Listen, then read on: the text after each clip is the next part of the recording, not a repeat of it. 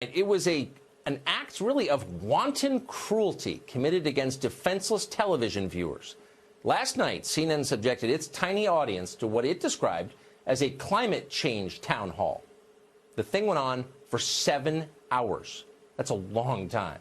In fact, that's so long that climate predictions made at the start of the evening could have been proven wrong by the end. An entire species of polar bear might have become extinct by the third commercial break. It's a long time. And yet, in the name of science, a few hardy souls attempted to watch the entire thing. Now, we can't say with certainty what happened to them, though, of course, they're in our prayers. But at least one of them lapsed into total unconsciousness. Watch this. Say enough of having the oil industry, the fossil fuel industry write all our laws in this area. No more. No more.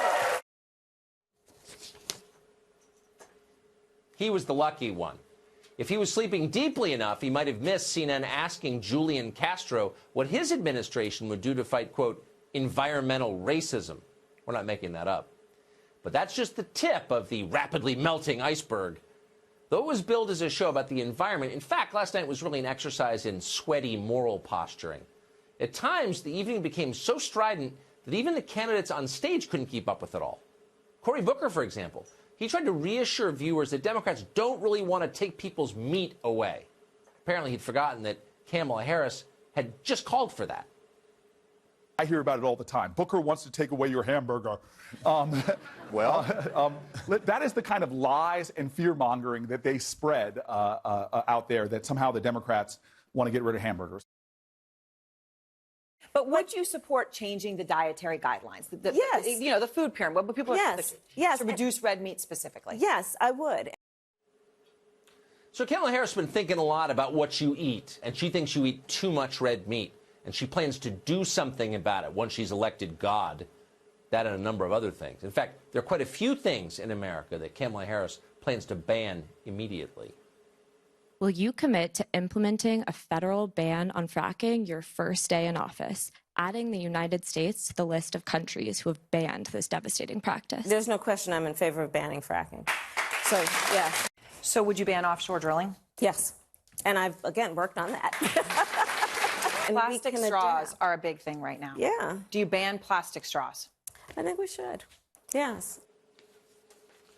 Banning drinking straws. I mean, it's just mindless and annoying. If you actually cared about plastic pollution, and you should care about plastic pollution because it's horrifying, you would punish China for dumping plastics into the ocean. But of course, no one on the left wants to do that because they're busy sucking up to China. But banning fracking? Now, that's just demented. Our energy sector is the single most successful part of the entire American economy. It's one of the only things propping up our trade balance right now. It's been a savior of last resort for rural areas devastated by globalization. Kamala Harris doesn't care about any of that. She probably doesn't even know. When you're a soulless demagogue bent on acquiring power at all cost, details are not relevant. All you see is yourself at the finish line, arms in the air. Ambition is a powerful drug. And yet, if we're being honest about it, Harris was not even close to the least appealing candidate on the stage last night. That award goes without question to Father Pete Buttigieg, the patron saint of South Bend, Indiana. Father Buttigieg launched into a sermon last night that would have made Jonathan Edwards proud. Sinners in the hands of an angry climate god. You know, if you believe that God is watching as poison is being belched into the air of creation, and people are being harmed by it, countries are at risk of vanishing in low-lying areas, what do you suppose God thinks of that? I bet he thinks it's messed up. At least one way of talking about this is that it's a kind of sin. You shudder to think of the torments waiting for you in Father Pete's Episcopalian version of hell. Imagine him lecturing you superciliously for eternity, wagging his little fingers in your face, bragging about his virtue. It's enough to make you want to obey. Father Pete, though, fears no such judgment. At the very same time he's yelling at you about belching poison into the air of creation, Father Pete himself is likely to be sipping Perrier at 50,000 feet in a leased Gulf Stream. According to an Associated Press report, Buttigieg flies on climate-destroying private jets more than any other Democratic candidate in the race right now. How can that be? We asked the Buttigieg campaign that question today, and they responded. Here's their response. Quote, "We fly commercial as often as possible and only fly non-commercial when the schedule dictates. Non-commercial. Oh, that makes sense. The schedule dictates. So when it's convenient, Father Buttigieg follows his own commandments. The rest of the time, when the schedule dictates, he's happy to belch poison into the air of creation. So you're not allowed to drink from a plastic straw. That's immoral. But Father Pete gets to keep his private plane. So no wonder rich people love climate activism. For them, it's all upside. It's not so great for everyone else, unfortunately. For poor people in the third world, it's going to be especially tough. They're not going to be allowed to have as many children as they would like. Watch Bernie Sanders explain. Empowering women and educating everyone on the need to curb population growth seems a reasonable campaign to enact.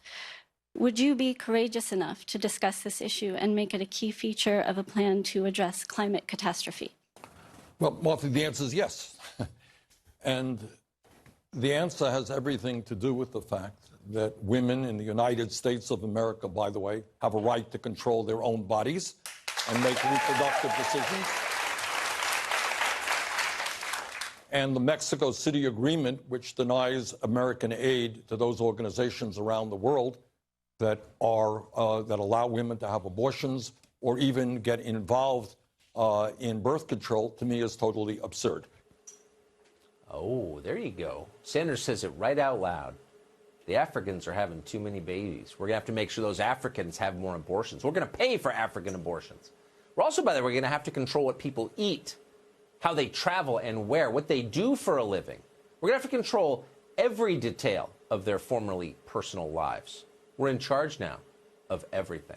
That's the message.